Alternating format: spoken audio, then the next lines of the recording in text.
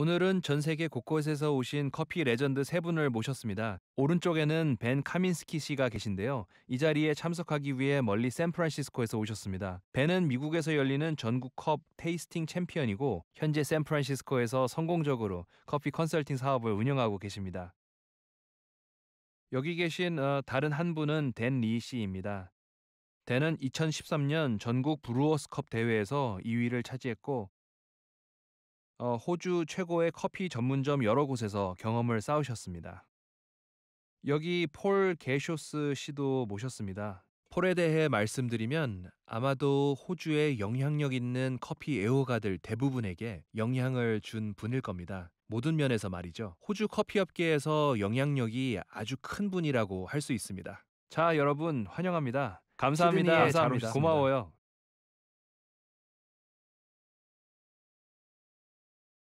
먼저 어떤 이야기로 시작할까요?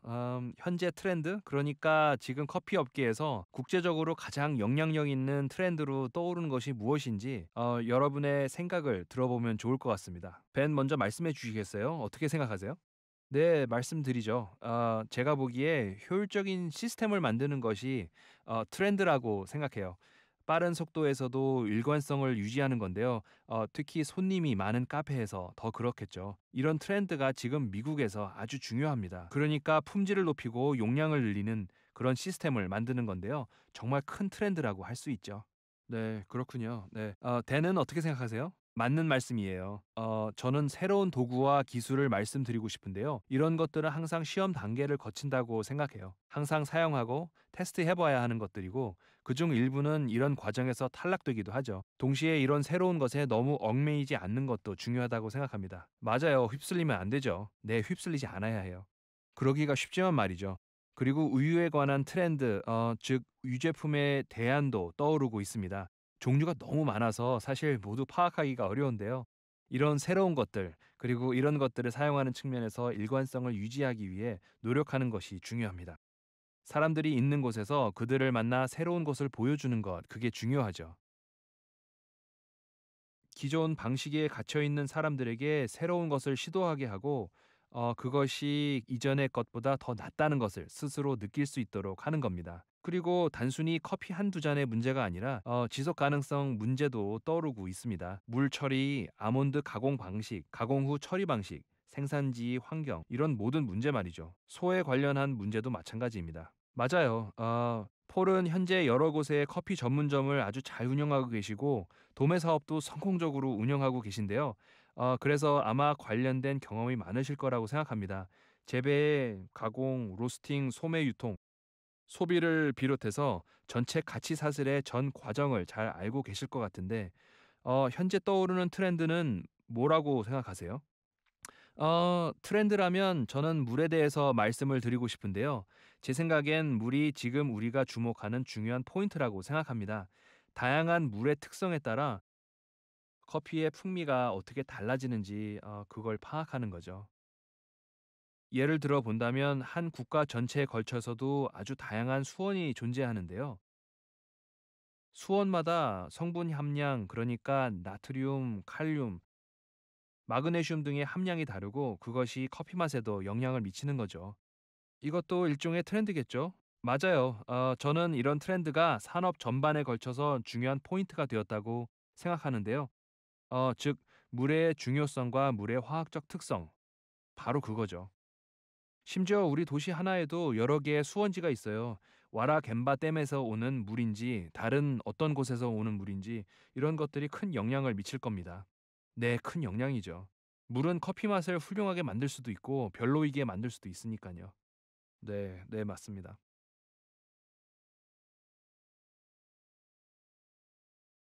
자, 이제 에스프레소 측면에서 질적으로 측정할 수 있는 지표라든지 시스템이 있는데요. 그렇다면 우유 측면에서는 어떻게 생각하시나요? 왜냐하면 여전히 9리터 용량의 스팀 보일러, 스팀봉 밸브가 있는 상황에서 스팀봉을 사용해 유제품 또는 대체 유제품이라는 선택지 모두를 잘 다루어야 하는데 사실상 일관성을 유지할 수 있는 실질적인 방법이 없죠. 아직도 그렇습니다. 네, 네, 변화가 있을 것 같은가요? 그러면 좋겠어요. 사실 이건 쉬운 문제라고 할 수 있는데요. 특히 우유를 베이스로 사용해서 만드는 음료가 다양한데 이런 음료에서 모든 종류의 우유가 최고의 맛을 내는 최적 온도 같은 게 있는 것은 아닙니다. 기술이 그 안에 적용되어야 하는데요. 예를 들어서 스티밍 기술은 계속 중요한 요소가 되겠죠. 지금까지 추출 기술은 엄청나게 발전하지 않았습니까? 이에 비해 스티밍 기술은 그렇지 않았습니다. 사람들은 더 건조한 스팀 아니면 대체로 더 뜨거운 스팀을 만들어내는 스팀 보일러를 만드는 데 집중하고 있는데요. 그러니까 우유에 스팀을 주입할 때 우유에 수분이 덜 들어가도록 하는 겁니다. 그러면 결과적으로 더 크리미하고 풍부하고 물 때문에 희석되어서 밍밍하지 않은 그런 음료를 만들 수 있게 되죠. 지금 개발하고 계신 게 그런 건가요? 제가 알기로는 스팀과는 전혀 다른 시스템을 연구하고 계신 걸로 아는데요.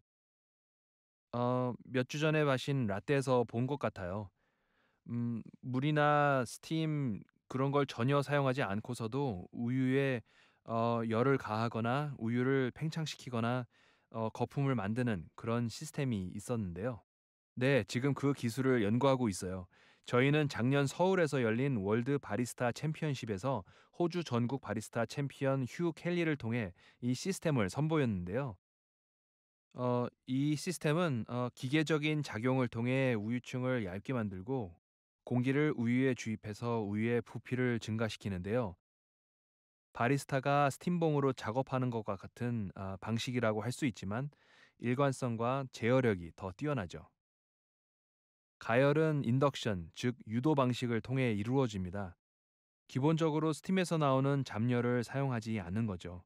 바로 이것이 저희가 연구하고 있는 새로운 기술입니다. 이 기술을 실제로 사용할 방법은 또 다른 문제이고요. 이론적으로는 훌륭한 부분이 있습니다. 이론적인 측면에서 원리를 증명할 수 있고 일회성 장비로 이런 기술을 구현할 수도 있지만 상용화, 산업화는 아주 다른 측면이라고 할 수 있죠. 그럼 실제로 생산하시려는 건지 맞아요. 좀 더 말씀해 줄 수 있나요?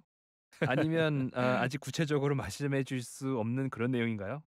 글쎄요. 지금 제가 드릴 수 있는 말은 요점을 짚으셨다는 것뿐이에요. 이 시스템으로 텍스처링과 가열을 하면 수분이 전혀 주입되지 않아요.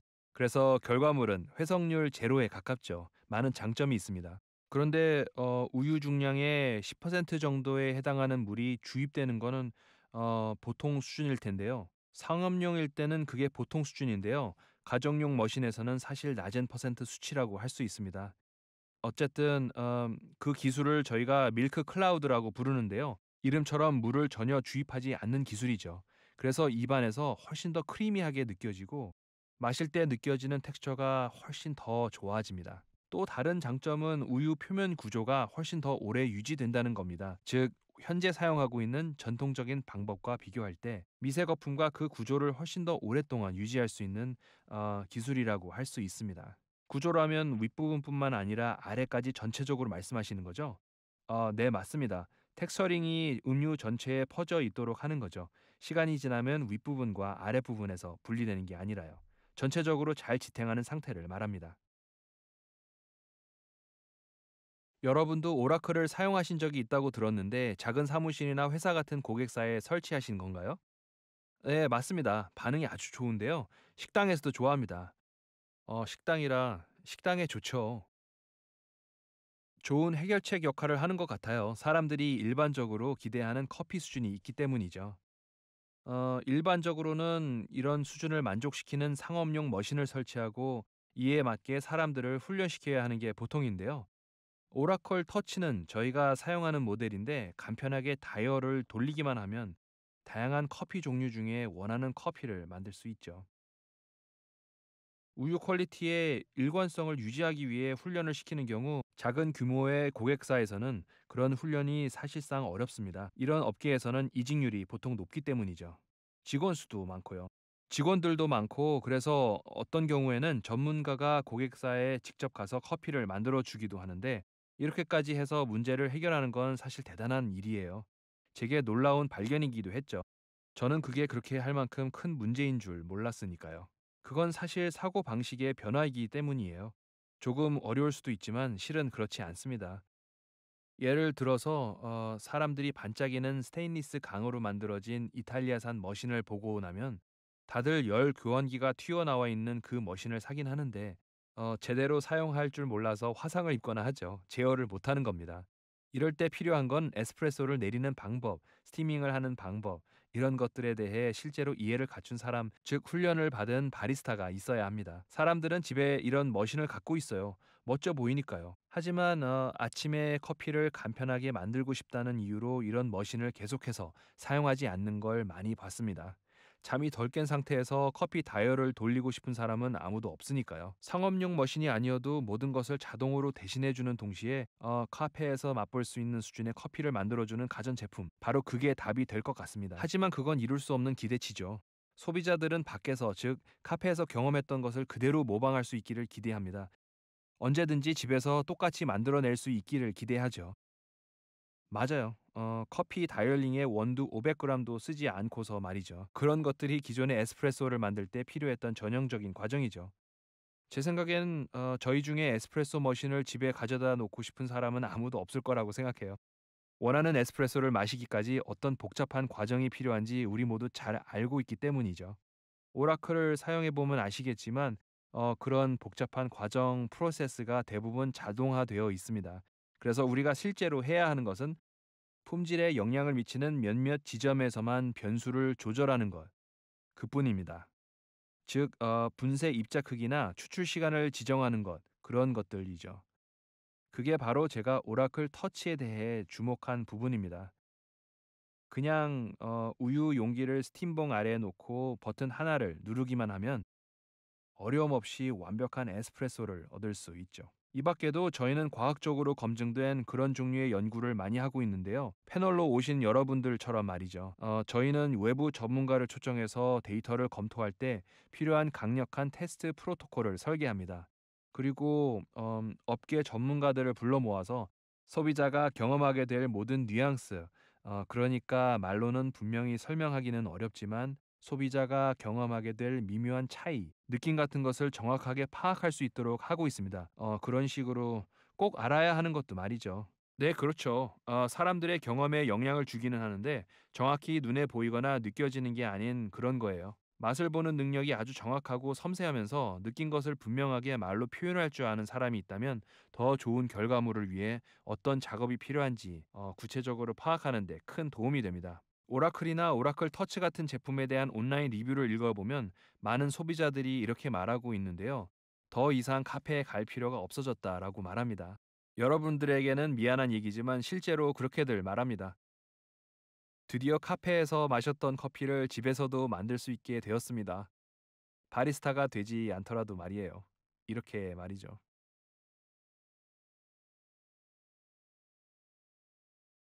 마지막으로 커피에 대한 여러분의 생각이 궁금한데요. 특히 다양한 지역과 관련해서 커피의 미래가 어떨지 개인적인 의견을 얘기해 보면 좋을 것 같습니다. 커피의 미래에 대해 생각했을 때, 제 머릿속에 떠오르는 것은 기후 변화가 커피 업계에 미치는 영향에 관한 건데요. 무엇보다도 가장 시급한 문제라고 할 수 있습니다. 기후 변화는 모든 사람들에게 엄청난 영향을 미칠 겁니다. 이제 훨씬 더 많은 나라에서 커피를 생산하고 있는데 특히 원두를 재배하는 농부들에게 그 영향이 클 겁니다. 아시다시피 우리 모두는 품질이 아주 좋은 원두를 가져옵니다. 그런 원두는 일반적으로 고도가 높고 기후가 서늘한 지역에서 생산되죠. 고품질의 커피를 만드는데 아주 중요한 부분입니다. 그리고 당연히 원두는 식물에서 나오는 겁니다. 이런 기후 환경에서 기온이 상승하게 되면 아주 많은 것들이 뒤따를 겁니다. 예를 들어 본다면 해충, 박테리아, 곰팡이를 비롯해 나무에 영향을 줄 수 있는 모든 다양한 요소들 말이죠. 다시 말해서 기후 변화라는 이 문제는 전 세계의 모든 지역에서 커피 업계를 위협하고 있습니다. 그뿐만 아니라 커피 업계의 지속 가능성도 크게 위협하고 있고요. 그게 가장 큰 문제라고 할 수 있어요. 그렇게 급박하게 들리지는 않으시겠지만 실제로 일어나는 문제입니다. 정말 현실의 문제입니다.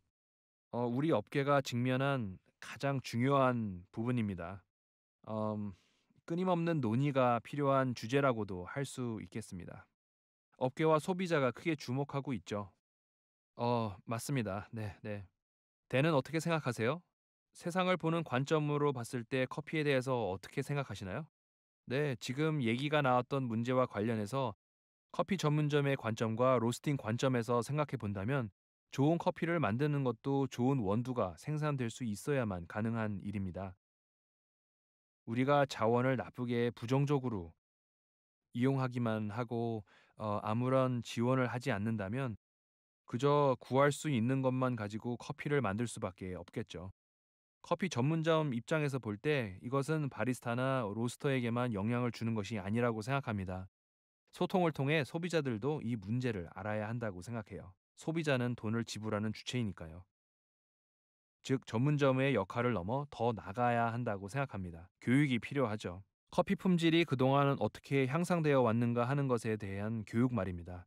우리가 왜 이런 일을 하고 있는지, 그리고 조금 다를 수 있지만 왜 이것이 더 나은 방법인지에 대한 소비자들과의 소통이 필요한 거죠. 바로 커뮤니케이션 문제입니다. 제 생각에 소외 엘리트주의 때문에 소통에 종종 문제가 생기는 것 같아요. 일부 바리스타들이 이를 내세우기도 하고 이 때문에 고객들 스스로가 어리석다고 느끼게 됩니다. 하지만 실제로는 우리 모두 그런 걸 봤죠. 잔인할 정도예요. 부끄럽네요. 맞습니다. 네, 부끄러운 일이죠. 우리는 사람들을 있는 그대로 만나고 싶어 해요. 사람들은 여전히 사람이고 우리는 이런 내용을 소통할 수 있습니다. 그게 우리가 해야 할 일이죠. 폴은 어떻게 생각하세요? 커피를 생산하는 국가의 환경, 상태에 대해 어떻게 생각하시나요? 네, 저도 같은 생각이에요. 저희가 지금 이야기하고 있는 모든 것들이 결국 같은 거라고 생각합니다. 새롭게 등장한 어떤 것이 아니라 수년 동안 지속되어 온 것이기도 하죠. 제 생각에는 땅의 변화를 가져올 수 있는 사람들과 함께 협력하는 것이 우리의 책임이라고 생각합니다. 어떤 곳에서 원두를 구입할지 그리고 어떤 곳에서 원두를 구입하지 않을지 고르는 것도 말이죠. 원두의 유기농 생산을 장려하면서 말입니다. 사실 그거는 많은 생산자들 입장에서는 위험 부담이 있습니다. 왜냐하면 생산량에 즉각적인 타격이 있기 때문이죠. 하지만 거기에는 장기적인 영향이 있습니다. 그게 정말 중요한 부분이에요. 지금 사실 우리끼리 이런 이야기를 하고 있지만 우리는 소비자들에게 문을 열어주고 우리가 관심을 가지는 것, 염려하는 것을 소비자들에게 보여줄 수 있는 능력을 가지고 있다고 생각해요. 우리는 이런 것들을 기업 차원에서 할 수 있죠. 앞서 말한 관점에서 우리가 하는 일을 보여줄 수 있습니다. 아시다시피 기억할 것은 생산자들과 함께 일한다는 것은 반드시 생산량이 많은 농장과 공장형 농장을 선택하는 것을 의미하는 게 아닙니다. 인공적인 개입을 최소화해서 농장이 지속 가능하도록 하는 거. 그게 중요한 거죠. 이렇게 해서 농장은 토양에서 가져가는 것보다 토양에 돌려주는 것이 더 많습니다. 그래서 이런 농장은 여러 세대에 걸쳐 번창하게 될 거고요. 이런 것들은 우리가 원두를 공급받을 때 고려해 왔던 것입니다. 저는 이것이 작은 기여라고 생각합니다. 거기에는 이 모든 것을 하나로 잇는 더 큰 문제, 즉 기후변화라는 문제가 있는 거죠. 우리가 해야 할 것은 할 수 있는 것부터 시작하는 것입니다. 우리 안에서 영향을 미칠 수 있는 것들 말이죠. 네, 여러분 오늘 이렇게 와주셔서 정말 감사해요. 세 분과 함께 이야기를 나눌 수 있는 좋은 시간이었습니다. 이 두 분은 제가 꽤 자주 만나지만 벤을 자주 볼 수 없네요. 1년에 한두 번쯤 보는 것 같아요. 좋습니다. 여러분 모두 감사합니다. 감사합니다.